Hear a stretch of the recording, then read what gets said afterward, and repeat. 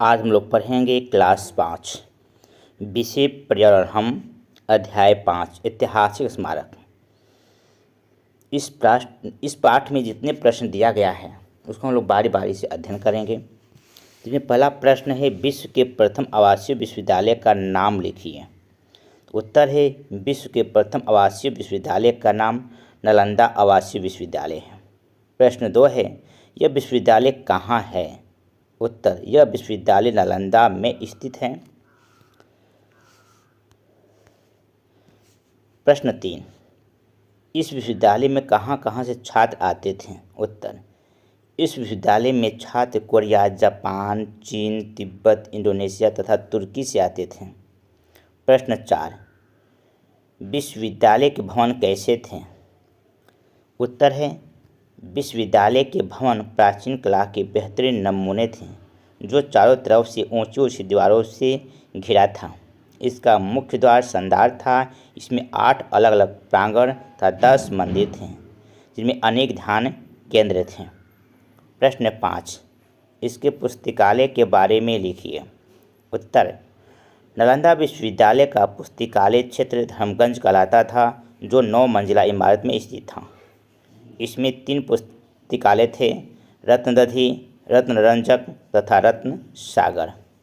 प्रश्न 6, नालंदा विश्वविद्यालय पर जानकारी बच्चों को किन किन स्रोतों से मिली। उत्तर, नालंदा विश्वविद्यालय पर जानकारी बच्चों को निम्नांकित स्रोतों से हुई। भारतीय पुरातत्व सर्वेक्षण के पुस्तकों को पढ़ने से तथा शिलापट पर लिखी सूचना पढ़ने से। प्रश्न 7 है, जानकारी के स्रोत और क्या क्या हो सकते हैं, अपने साथियों एवं शिक्षक से चर्चा कर लिखें। उत्तर है, भारतीय पुरातत्व सर्वेक्षण द्वारा लिखी बोर्ड। दूसरा, भारतीय पुरातत्व सर्वेक्षण की पुस्तकें, 5वीं शताब्दी की पुस्तकें, इतिहास की पुस्तकें, शिक्षाविदों के अर्जित ज्ञान। प्रश्न 8 है, बिहार की राजधानी के कुछ स्मारकों के बारे में लिखिए।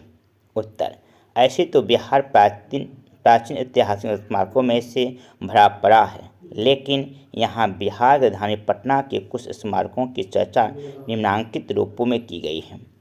गोविंद सिंह की जन्म स्थान पटना सिखों के अंतिम गुरु साहिब है और सूफी संतों का केंद्र भी यही राज रहा है। प्राचीन काल में बिहार में सम्राट अशोक का राज भी रहा। उसने जन कल्याणकारी संदेशों के साथ अनेक स्तंभ बनवाए जो आज भी नंदनगढ़, लौरिया तथा कोल्हापुर में देखे जा सकते हैं। इसके अलावे पटना का गोलघर तथा संग्रहालय ऐतिहासिक स्मारकों में से एक हैं। प्रश्न 9, आपने कभी कोई दर्शनीय स्थल देखा है तो उसके बारे में लिखिए। उत्तर, मैंने पटना का गोलघर देखा है जो अद्वितीय है।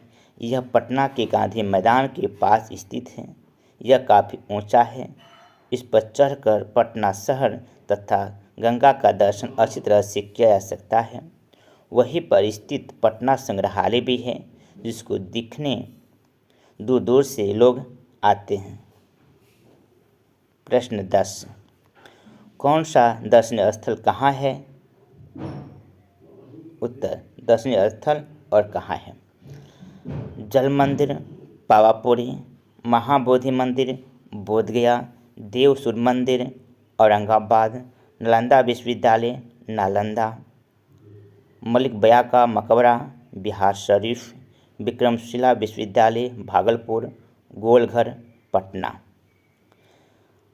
अपने शिक्षक से सम्राट अशोक के बारे में जानकारी प्राप्त कीजिए। उत्तर, प्राचीन काल में सम्राट अशोक का राज पटना था।